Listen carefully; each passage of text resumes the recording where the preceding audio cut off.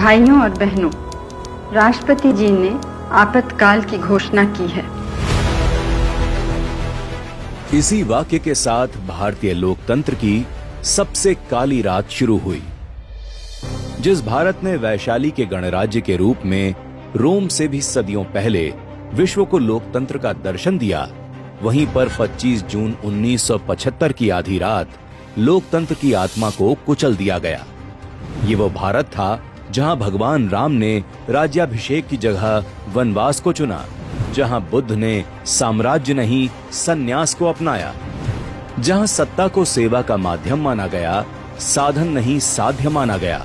लेकिन इसी भारत में जब एक अदालत ने प्रधानमंत्री इंदिरा गांधी को चुनावी भ्रष्टाचार का दोषी ठहराया और उन्हें पद के अयोग्य घोषित किया, तो उन्होंने बिना मंत्री परिषद को विश्वास में लिए और अपनी कुर्सी बचाने के लिए संविधान और लोकतंत्र का गला घोंटते हुए देश पर आपातकाल थोप दिया।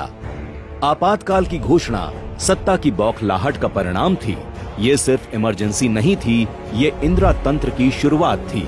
कांग्रेस की खराब नीतियों की वजह से सन 1969 से ही देश गंभीर आर्थिक संकट, महंगाई, भ्रष्टाचार और बेरोजगारी से जूझ रहा था और इस कुशासन के खिलाफ छात्र, मजदूर और रेलवे कर्मचारी देश में बड़े आंदोलन की तैयारी कर रहे थे।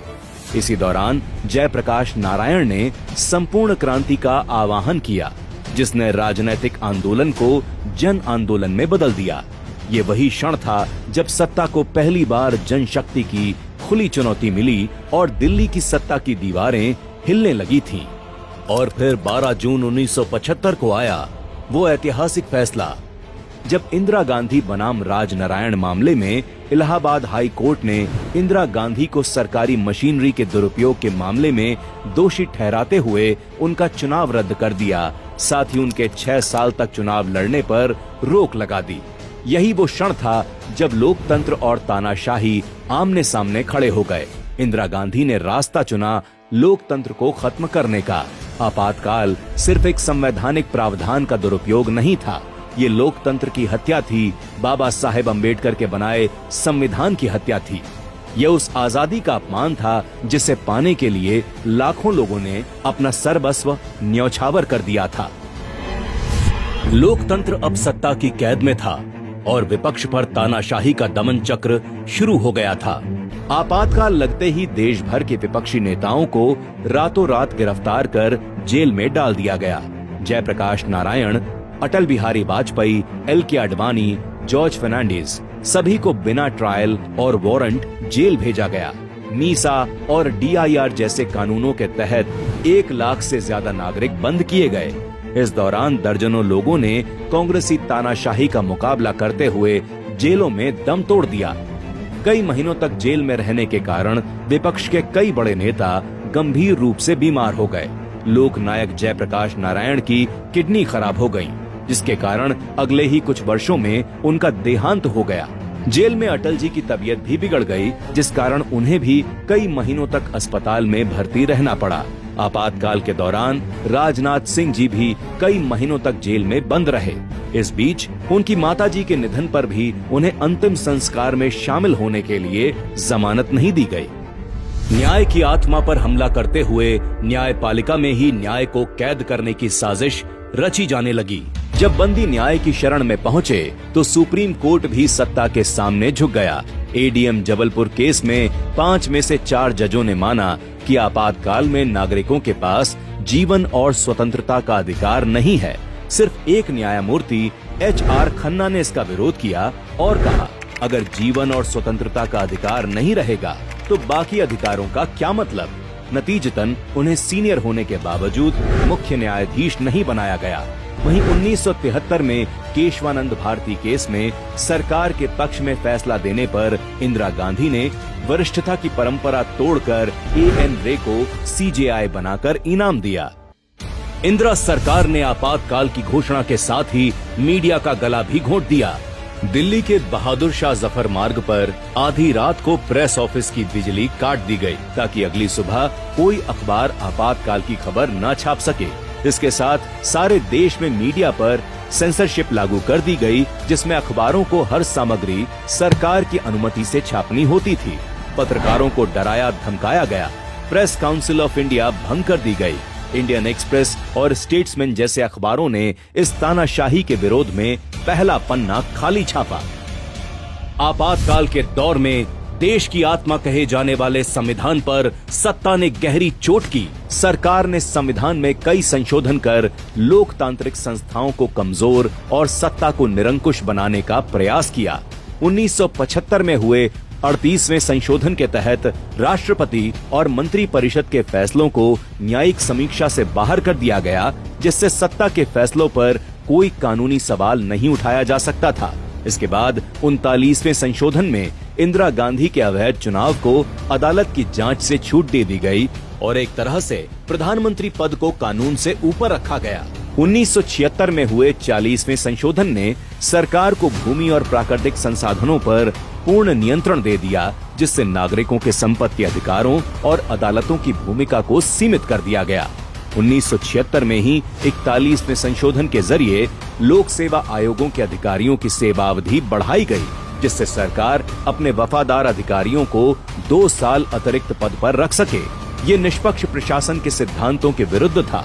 अंततः 42वें संशोधन ने संसद को असीमित शक्तियां दी, न्यायपालिका की स्वायत्तता पर चोट की और नागरिकों के मूल अधिकारों को सीमित किया। ये संशोधन आपातकाल की तानाशाही प्रवृत्ति को कानूनी रूप देने वाला सबसे बड़ा उदाहरण था। विद्या का मंदिर कहे जाने वाले कॉलेज और उनमें पढ़ने वाले छात्र भी इंदिरा सरकार के अमानवीय अत्याचारों से नहीं बच सके। आपातकाल के दौरान देश भर में छात्रों, शिक्षकों, किसानों और आम नागरिकों पर भीषण अत्याचार किए गए। केरल, तमिलनाडु और कर्नाटक जैसे राज्यों में प्रदर्शनकारियों को लाठियों से पीटा गया, उल्टा लटकाया गया और एरोप्लेन टॉर्चर जैसी अमानवीय यातनाएं दी गईं। इंजीनियरिंग छात्र पी राजन को पुलिस उठा ले गई और वे कभी वापस नहीं लौटे। छात्र नेताओं रवि, श्रीकांत, उदय शंकर, शेषा, हेमंत और जसबीर सिंह को गरम मोम, मिर्च, जहरीले कीड़ों और बूटों से टॉर्चर किया गया। आंध्र प्रदेश में छात्रों को जानवरों की तरह पीटा गया, गर्भवती महिलाओं को जंजीरों से बांधा गया और दिल्ली विश्वविद्यालय में एक ही दिन में 200 शिक्षकों को गिरफ्तार किया गया।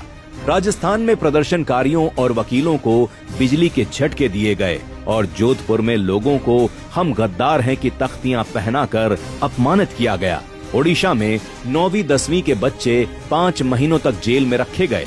कॉलेजों और विश्वविद्यालयों में विरोधी लेखन और विचारों पर रोक लगाई गई। ये दौर भारत के लोकतांत्रिक इतिहास में क्रूर दमन और भय की मिसाल बन गया। क्रूरता की हर सीमा पार करते हुए इंदिरा सरकार ने जनसंख्या नियंत्रण के नाम पर देश भर में जबरन नसबंदी अभियान चलाया। गरीबों को पकड़ पकड़ कर ऑपरेशन कराए गए, जैसे सरकार का उद्देश्य गरीबी नहीं, गरीब को ही खत्म करना हो। इस दौरान 1 करोड़ से ज्यादा लोगों की जबरन नसबंदी की गई, जिसकी वजह से 2000 से ज्यादा लोगों की मौत हो गई। वहीं अतिक्रमण हटाने के नाम पर तुर्कमान गेट और नसबंदी के नाम पर मुजफ्फरनगर में सैकड़ों लोग मारे गए। इस अंधकार में कुछ दीपक ऐसे भी थे जिन्होंने लोकतंत्र की लौ को बुझने नहीं दिया। जब पूरा देश डरा हुआ था, तब कुछ साहसी युवाओं ने लोकतंत्र की रक्षा की मशाल थामी। आरएसएस के प्रचारक नरेंद्र मोदी जी ने आपातकाल में ट्रेन से लोगों तक संदेश सामग्री पहुंचाई। आपातकाल के दौरान मोदी जी ने विभिन्न भेष बदलकर पुलिस से बचते हुए आंदोलन को जारी रखा। उन्होंने बटुक भाई और स्वामी जी जैसे भेषों में गुजरात के विभिन्न हिस्सों का दौरा किया। एक बार उन्होंने भुजंगर जेल में बंद नेताओं से मिलने के लिए स्वामी जी का रूप धारण किया और वहां 1 घंटे तक गुप्त रूप से बैठक की। आपातकाल के दौरान मोदी जी ने प्रचार सामग्री के वितरण के लिए अभिनव तरीके अपनाए। उन्होंने साहित्य को नाई की दुकानों में रखवाया ताकि लोग वहां आकर उसे पढ़ सकें। इसके अलावा उन्होंने संतों और धार्मिक नेताओं के माध्यम से ये सामग्री ग्रामीण इलाकों में पहुंचाई। उन्होंने आपातकाल के दौरान के अपने अनुभवों को संघर्ष मां गुजरात नामक पुस्तक में संकलित किया। उनके द्वारा ये पुस्तक 23 दिनों में पूरी तरह से स्मृति से लिखी गई है। वहीं प्रवासी भारतीयों और IFD, फिसी जैसे संगठनों ने अंतर्राष्ट्रीय स्तर पर भारत में तानाशाही के खिलाफ आवाज उठाई। टाइम पत्रिका जैसी मीडिया संस्थाओं की आलोचनाओं ने इंदिरा सरकार पर वैश्विक दबाव बढ़ाने का काम किया। तानाशाही को चुनौती देने के लिए साहित्यकारों और कलाकारों ने भी कमर कस ली। आपातकाल में न सिर्फ नेता बल्कि लेखक, कवि, पत्रकार और कलाकार भी सरकार के खिलाफ उठ खड़े हुए। फणीश्वर नाथ रेणु और शिवराम कारंथ ने अपने सम्मान लौटा दिए। स्नेहलता रेड्डी की जेल में मौत हो गई और किशोर कुमार के गानों पर प्रतिबंध लगा दिया गया। राष्ट्रीय स्वयंसेवक संघ समेत करीब 26 सामाजिक राजनैतिक संगठनों पर प्रतिबंध लगा दिया गया। लोक शक्ति की लहर ने लोकतंत्र की हत्या करने वालों को इतिहास के कूड़ेदान में फेंक दिया है। जब लोगों ने देखा कि न्याय के सारे दरवाजे बंद हो चुके हैं, तो आने वाले चुनावों में जनता ने खुद ही न्याय करने का फैसला कर लिया और 1977 के ऐतिहासिक लोकसभा चुनाव में इंदिरा गांधी की बुरी तरह हार हुई। जनता पार्टी को जिताकर जनता ने स्पष्ट संदेश दिया कि अब तानाशाही नहीं, लोकतंत्र रहेगा। जिन्होंने लोकतंत्र के मंदिर को बचाने के लिए अपना सब कुछ न्यौछावर कर दिया, उनके बलिदान और संघर्ष को याद रखने के लिए मोदी सरकार ने 25 जून को संविधान हत्या दिवस के रूप में मनाने की घोषणा की। लोकतंत्र को पीछे रखकर सत्ता और परिवार को सर्वोपरि रखने की कांग्रेसी मानसिकता आज भी नहीं बदली है। आज कांग्रेस जिस संविधान, न्यायपालिका, प्रेस की आजादी और संस्थाओं की निष्पक्षता की बात करती है, वही कांग्रेस आपातकाल के दौरान इन सभी को रौंद चुकी है। संविधान को रौंदा, प्रेस का गला घोंटा, कोर्ट की स्वायत्तता खत्म की, एजेंसियों का दुरुपयोग किया, विपक्ष को कुचला। आपातकाल ने देश को यह सिखाया कि लोकतंत्र को बलिदानों के बल पर जिंदा रखना पड़ता है। आपातकाल केवल एक राजनीतिक अध्याय नहीं था, बल्कि एक चेतावनी है जो ये बता रही है कि भारत के लोकतंत्र के लिए अभी भी खतरा टला नहीं है, क्योंकि तब भी कांग्रेस का चरित्र अलोकतांत्रिक था और आज भी कांग्रेस के लिए एक परिवार देश से बड़ा है। और जब तक ये मानसिकता रहेगी, देश के लोकतंत्र के लिए खतरा बना रहेगा। कोई व्यक्ति कितना भी बड़ा हो मगर देश से बड़ा नहीं हो सकता। कोई दल कितना भी शक्तिशाली हो मगर 62 करोड़ जनता से अधिक शक्ति नहीं रख सकता। व्यक्ति आएंगे, चले जाएंगे, पार्टियां बनेंगी, बिगड़ेंगी, नई पार्टियां जन्मेंगी, सरकारें कायम होंगी, बदलेंगी, मगर कश्मीर से लेकर कन्याकुमारी तक फैला हुआ भारत अपनी सनातन संस्कृति के साथ आधुनिकता का वर्ण करने के लिए अमरकाल तक इस तीर्थ यात्रा में चलता रहेगा।